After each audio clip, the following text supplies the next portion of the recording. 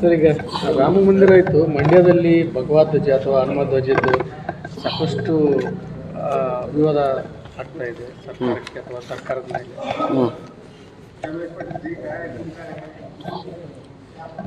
ಸರ್ಕಾರಕ್ಕೇನು ವಿವಾದ ಆಗ್ತಾ ಇಲ್ಲ. ಬಿ ಜೆ ಪಿಯವರು ಹತಾಶಗೊಂಡಿದ್ದಾರೆ. ಹತಾಶರಾದ ಬಿ ಜೆ ಪಿಯವರು ಏನಾದರೂ ಒಂದು ವಿಷಯ ಹಿಂಗೆ ಭಾವನಾತ್ಮಕ ವಿಷಯಗಳ ಮೇಲೆ ಏನೋ ಮಾಡಬೇಕು ಅಂಥೇಳಿ ಅವರು ಪ್ರಯತ್ನ ಮಾಡ್ತಾಯಿದ್ದಾರೆ. ನಾವೇನು ಗ್ಯಾರಂಟಿ ಕಾರ್ಯಕ್ರಮದ ಮೂಲಕ 1 ಕೋಟಿ ಬಡ ಕುಟುಂಬಗಳನ್ನು ಬಡತನ ರೇಖೆಯಿಂದ ಮೇಲೆತ್ತುವಂಥ ಕ್ರಾಂತಿಕಾರಕ ಕಾರ್ಯಕ್ರಮವನ್ನು ಕೊಟ್ಟಿದ್ದೇವೆ. ಇದು ಕೇವಲ ನಮ್ಮ ರಾಜ್ಯದಲ್ಲಿ ಕ್ರಾಂತಿಕಾರಕ ಅಥವಾ ಐತಿಹಾಸಿಕ ಅಲ್ಲ. You show me a single country where 1 crore people, families which are below poverty line have been lifted over the poverty line, who have brought to the middle class family level. ಒಂದು ಉದಾಹರಣೆ ತೋರಿಸಿ. ಇಂಥದನ್ನು ಈ ಕ್ರಾಂತಿಕಾರಕವಾಗಿರ್ತಕ್ಕಂಥ ಈ ನಮ್ಮ ಕಾರ್ಯಕ್ರಮವನ್ನು ಹೇಗಾದರೂ ಮಾಡಿ ಜನರ ಗಮನದಿಂದ ಸರಿಸಬೇಕು, ದೂರ ಮಾಡಬೇಕು ಅನ್ನುವಂಥ ಪ್ರಯತ್ನವೇ ಇವೆಲ್ಲ ಗೊಂದಲ ಸೃಷ್ಟಿ ಮಾಡುವಂಥ ಕಾರ್ಯಕ್ರಮ.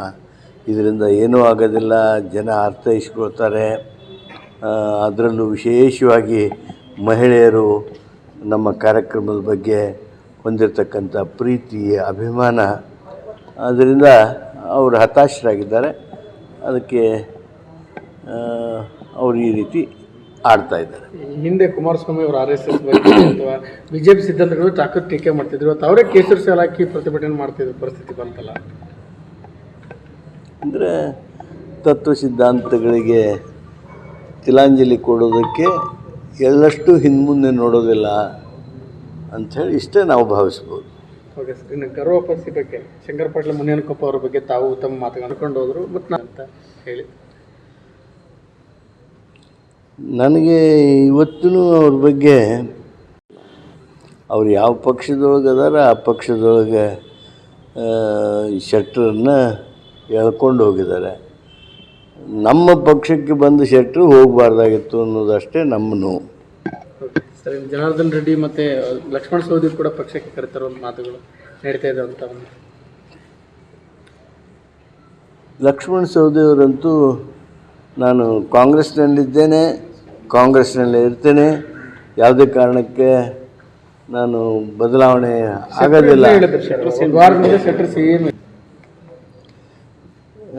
ಆದರೆ ಲಕ್ಷ್ಮಣ ಸವದಿಯವರು ನನಗೆ ಗುರ್ತಿದ್ದಾಗೆ, ನಂದವ್ರದ್ದು ಪರಿಚಯ ಭಾಳ ವರ್ಷದ್ದು, 30-40 ವರ್ಷ ಆಯಿತು.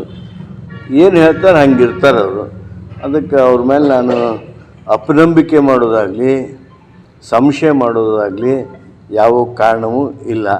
ಅವ್ರು ನಮ್ಮ ಪಾರ್ಟಿಯಲ್ಲೇ ಇರ್ತಾರೆ, ನಮ್ಮ ಪಾರ್ಟಿಯಲ್ಲೇ ಅವ್ರು ಮುಂದುವರಿತಾರೆ ಅನ್ನುವಂಥ ಸಂಪೂರ್ಣ ನಂಬಿಕೆ ನಂದು.